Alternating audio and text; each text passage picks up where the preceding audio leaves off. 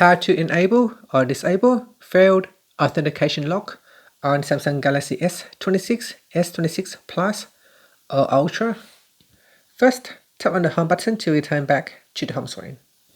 Then, swipe down at the top and tap on the settings icon.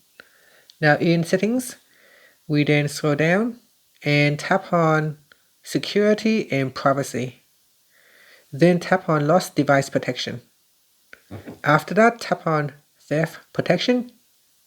Now scroll down and tap on Failed Authentication Lock. Tap on the toggle button to enable or disable this feature. When you disable it, you need to verify with your fingerprint or a PIN or a password. Here's it locks your screens, lock your phone screen after consecutive failed authentication attempts when signing into apps or using other features that require authentication. So turn it on and finally tap on the home button to go back to the home screen. Thank you for watching this video.